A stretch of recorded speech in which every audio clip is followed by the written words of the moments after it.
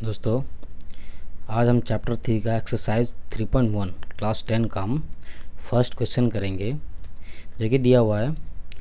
Aftab tales his daughter, Aftab अपनी बेटी को कहता है 7 years ago, 7 साल पहले, 7 years ago, 7 साल पहले, I was 7 time as old as you were, 7 साल पहले मैं तुमसे 7 गुना बड़ा था, जबकि तुम उस टाइम पे जितनी एज थी ना तुम्हारी, उससे मैं 7 गुना बड़ा था। ठीक है। ऑल्सो 3 years फ्रॉम नाउ, अब से 3 साल बाद, I shall be 3 times as old as you will be, अब अभी से फ़िलहाल अभी प्रेजेंट से 3 साल बाद मैं तुमसे 3 गुना बड़ा होऊंगा, जब तुम आज से 3 साल बाद जितने साल की होगी ना, उससे 3 गुना मैं ज़्यादा बड़ा होऊंगा तुमसे। तो वही कह रहा है, ये क्वेश्चन दिया हुआ है और रिप्रेजेंट दिस सिचुएशन, इस सिचुएशन का मैं अलजेब्रिकली और ग्राफिकली बताना है कि ये सॉल्व कैसे होगा। तो गौर से देखिए, इसने रेफरेंस क्या दिया है, प्रेजेंट टाइम से सारा का सारा रेफरेंस दिया। कह रहा है मैं अभी से जब 7 साल पहले चला जाऊँ, मतलब अभी से प्रेजेंट एज से अगर मैं 7 साल पहले चला जाऊँ तो 7 गुना बड़ा था, और अभी से 3 साल बाद में अगर मैं 3 साल आने वाले फ्यूचर में अगर मैं जाऊँ तो तुमसे 3 गुना बड़ा हूँ। तो रेफरेंस किसका दे रहा है, वो प्रेजेंट का। तो हम क्या कहते हैं, let the present age of Aftab be x. हम आफ्ताब की प्रेजेंट एज को हम एक्स मान लेते, क्योंकि रेफरेंस ही ये फ्यूचर की वैल्यू, मतलब फ्यूचर में जो अपनी एज बता रहा है और पास्ट में जो एज बता रहा है, सारा अपने प्रेजेंट को लेकर के ही बता रहा है। ठीक है। तो मान लिया मैंने कि उसकी प्रेजेंट एज एक्स है, ठीक है, आफ्ताब की, एंड हिज डॉटर इज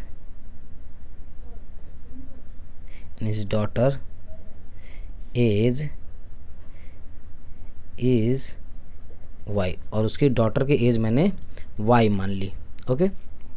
तब क्या कह रहा है, देख 7 साल पहले की बात कर रहा है ना, 7 year ago। तो देखिए 7 year ago, 7 साल पहले की बात कर रहा है। तो आफ्ताब 7 साल पहले क्या था, आफ्ताब कितना रहा होगा अभी से, 7 year ago आफ्ताब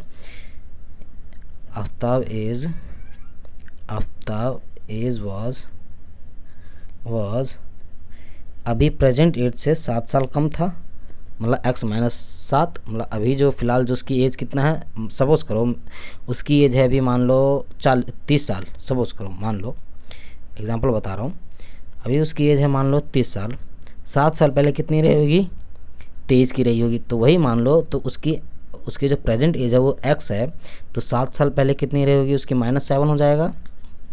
इसी तरह से हीज़ डॉटर एज वॉज, उसकी डॉटर की एज कितनी थी अभी फ़िलहाल y, तो 7 साल पहले कितना हो जाएगा, 7 - y। तो अब देखिए क्या कह रहा है, उसका पिताजी कह रहा है, आफ्ताब कह रहा है कि मैं, मतलब ये x-7 जो है, x-7 कह रहा है, आफ्ताब कह रहा है अपनी बेटी से कि मैं तुमसे, मतलब y-7 से बड़ा हूँ। कब, 7 साल पहले की बात कर रहा है। तो x-7 कह रहा है y-7 से कि मैं तुमसे 7 साल बड़ा हूँ। ठीक है, 7 साल बड़ा हूँ 7 साल पहले।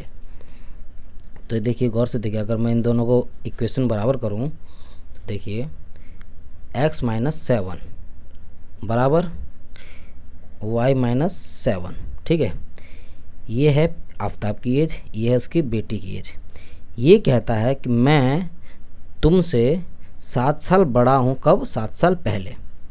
मतलब कि यहाँ अगर मैं सपोज़ करो, यहाँ अगर मैं 7 लगा देता हूँ, मान लो यहाँ पे मैं 7 लगा देता हूँ, तो ये 7 साल तो बड़ा था, लेकिन मैंने यहाँ तो बराबर का निशान लगाया है, तो ये और भी ज़्यादा बड़ा हो जाएगा। तो ये कह रहा, तब ये इस दोनों को इक्वेशन को बराबर करने के लिए 7 साल में यहाँ गुणा कर दूंगा, जब भी तो बराबर होंगे। देखिए गौर से देखिए, ये आफ्ताब की एज, ये है इसकी बेटी की एज। आफ्ताब की एज 7 साल पहले x-7 थी, उसकी बेटी की y-7 थी। अगर मान के चलो उसकी बेटी की एज 10 रही होगी, मान के चलो, ये मान लो ये इस पूरी की वैल्यू 10 है 7 साल पहले, और इसकी वैल्यू मान लो 30 मान लो, तो 7 साल पहले की बात कर रहा है।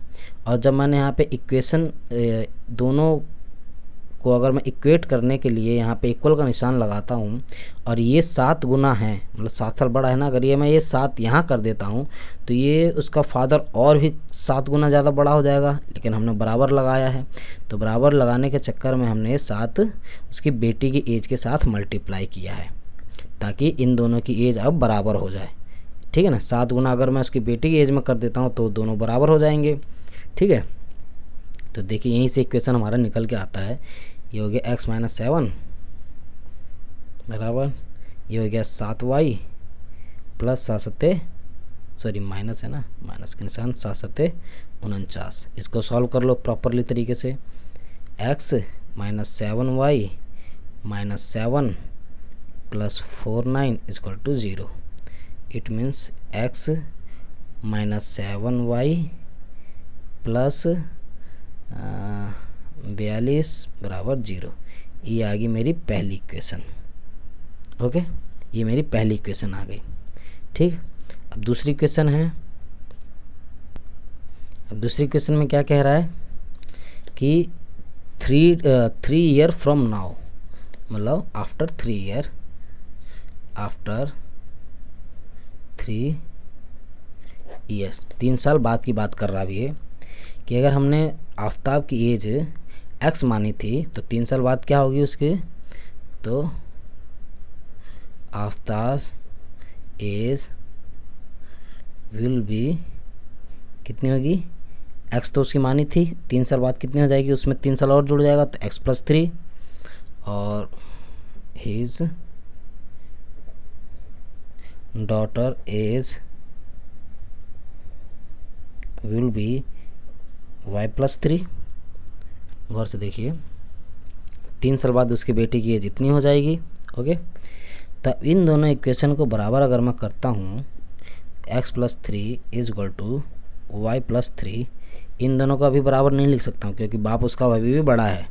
ठीक है, और बेटी उसकी छोटी है, लेकिन मैंने बराबर का निशान लगाया है। तो बराबर का निशान लगाने के लिए क्वेश्चन में देखिए कह रहा है 3 साल बाद मैं 3 गुना बड़ा होऊंगा, तो बाप उसका यहाँ पे अगर 3 लिख देता हूँ तो उसका बाप उसका 3 गुना तो बड़ा है ही। अभी अगर मैं इक्वेशन ये ना लिखूँ, ठीक है, तो अभी भी उसका बाप 3 गुना बड़ा हो जाएगा फ्यूचर में। ठीक है, तो मैं इस 3 गुने को इक्वेशन बराबर करने के लिए उसकी बेटी के साथ में अगर 3 से मल्टीप्लाई कर दूं तो ये बिल्कुल बराबर हो जाएगा। ओके, तब देखिए इसको सॉल्व करते हैं। x+3 = 3 × y, 3y plus 3 × 9। इसको और सॉल्व कीजिए। x इधर आ जाएगा -3y, प्लस का 3 है ही, अब प्लस इधर है तो इधर आ जाएगा तो -9 = 0। x -3y और 3y plus minus minus minus का 6 = 0। ये इक्वेशन आ गई सेकेंड। फर्स्ट इक्वेशन देखिए हमने ये निकाल दी, सेकेंड इक्वेशन हमने ये निकाल दी। अब इसके ठीक है, अब इसके सॉल्यूशन, ये तो हो गया हमारा अलजेब्रिकली, हमने इसका इक्वेशन निकाल दिया।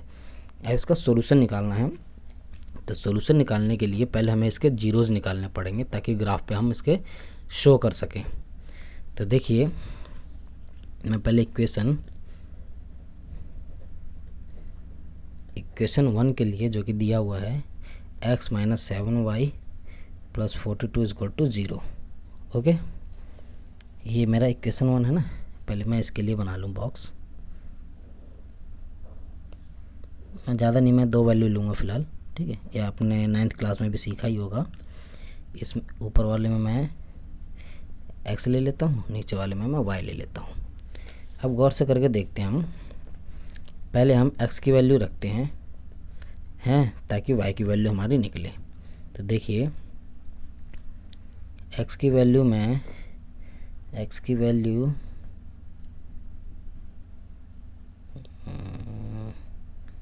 अगर मैं यहाँ पे पे 7 रखता हूँ तो कितना हो जाएगा। यहाँ पे मैं सॉल्यूशन करके दिखा दूँगा, यहाँ पे मैं आपको सॉल्यूशन करके दिखा दूँगा कैसे निकलता है।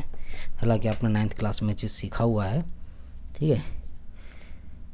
अगर मैं x की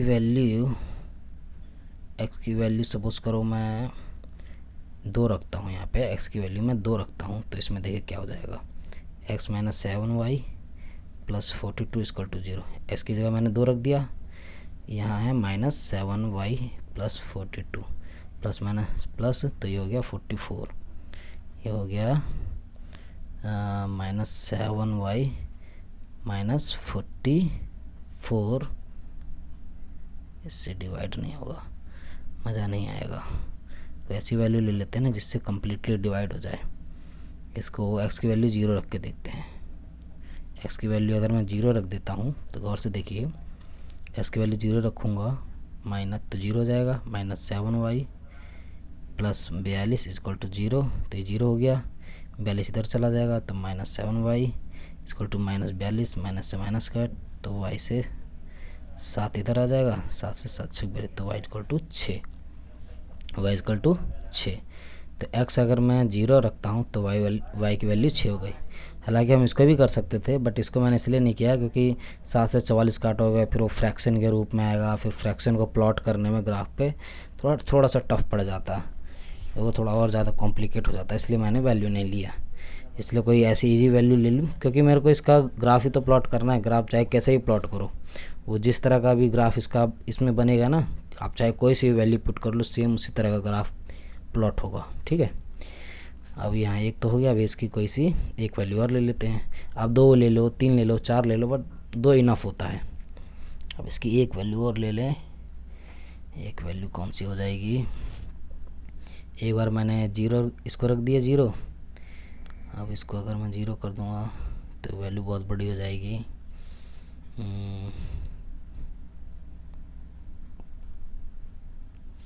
अगर मैं y की जगह पे 6 रख दूं, सॉरी y तो 6 ही, y की जगह अगर मैं 7 रख दूं, सपोज करो, देखिए y की जगह अगर मैं 7 रख देता हूं, एक बार हमने x की वैल्यू 0 रख के देख लिया तो ये आया, एक बार 7 रख के देख लेते हैं। 7 रख के देखेंगे तो ये हो जाएगा x minus 7 into 7 plus 42 equal to 0, x minus 7 7 49 plus 42 equal to 0, ये हो जाएगा x माइनस 7 इक्वल टू 0, तो x बराबर 7, x की वैल्यू 7 आ जाएगी।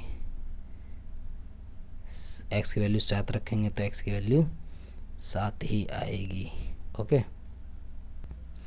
तो x की वैल्यू 7 आ गई, ये आ गया हमारा इक्वेशन 1 के लिए। ये हमारा इक्वेशन 1 के लिए हमारा अलजेब्रिक मेथड हमने इसके पॉइंट्स हमने निकाल लिए। अब हम इक्वेशन 2 का इसी तरह से निकालेंगे, ओके। ये हमने इक्वेशन सेकंड का, हम ये इक्वेशन सेकंड का एक ग्राफ प्लॉट करेंगे अब, ठीक है। ये पहले अलजेब्रिकली इसके पॉइंट्स हम लोग निकाल लेते हैं।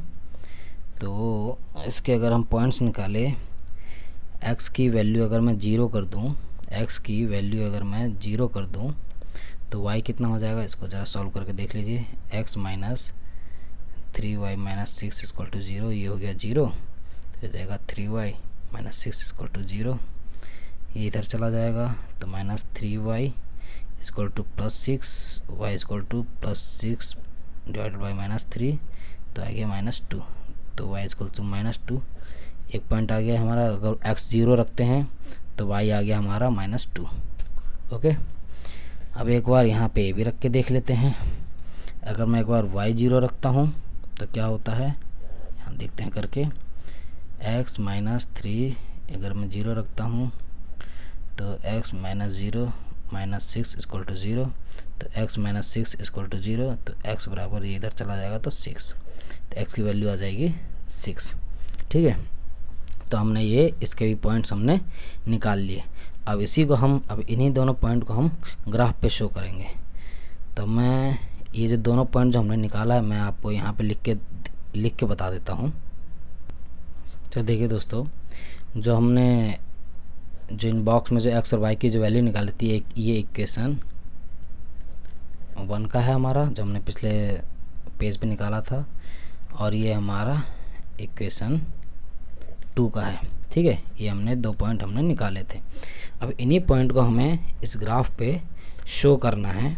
ठीक है, तो शो करेंगे तो देखिए, पहला लेते हम लोग x की वैल्यू और y की वैल्यू 0 और 6। तो पहले 0 कहाँ है, ये रहा, और 6 क्या है, y यहाँ पे 5 ये है, तो यहाँ हुआ 6, तो ये आ जाएगा एक, ये पॉइंट हो गया। ठीक, इसको हम अगर डिनोट करें तो 0 और 6 के रूप में डिनोट कर सकते हैं। ओके, तो ये हो गया हमारा पहला पॉइंट। दूसरा है 7 7, 7 पॉजिटिव और 7 ऊपर, मतलब 7 यहाँ होगा और 7 इसके आसपास होगा कहीं यहाँ, तो ये हो जाएगा तकरीबन यहाँ के आसपास। ठीक है, तो गौर से देखिए ये है, और ये इन दोनों को पहले मिला देते हैं। अगर आप अपने ग्राफ पेपर पे बनाएंगे तो बिल्कुल एक्यूरेट बनेगा। यहाँ पे हालांकि मैं रफली बना रहा हूँ। ठीक है, अगर आप इनको मिलाएंगे तो ये बिल्कुल तकरीबन ऐसे मिल जाएगा। ठीक है, इनको मिला दीजिए। ओके, और इस ग्राफ का जो नाम था हमारा, इस ग्राफ का जो इक्वेशन था, क्या दिया हुआ था, इस ग्राफ का जो इक्वेशन था x minus 7y plus 42 equal to 0, ये इस ग्राफ का इक्वेशन था, वो हमने इक्वेशन लिख दिया। इसके पॉइंट्स भी आप लिख सकते हैं, इसके पॉइंट्स हैं 7 और 7। ठीक है, इसका लिख दिया। अब हम बनाएंगे इस इक्वेशन 2 के लिए।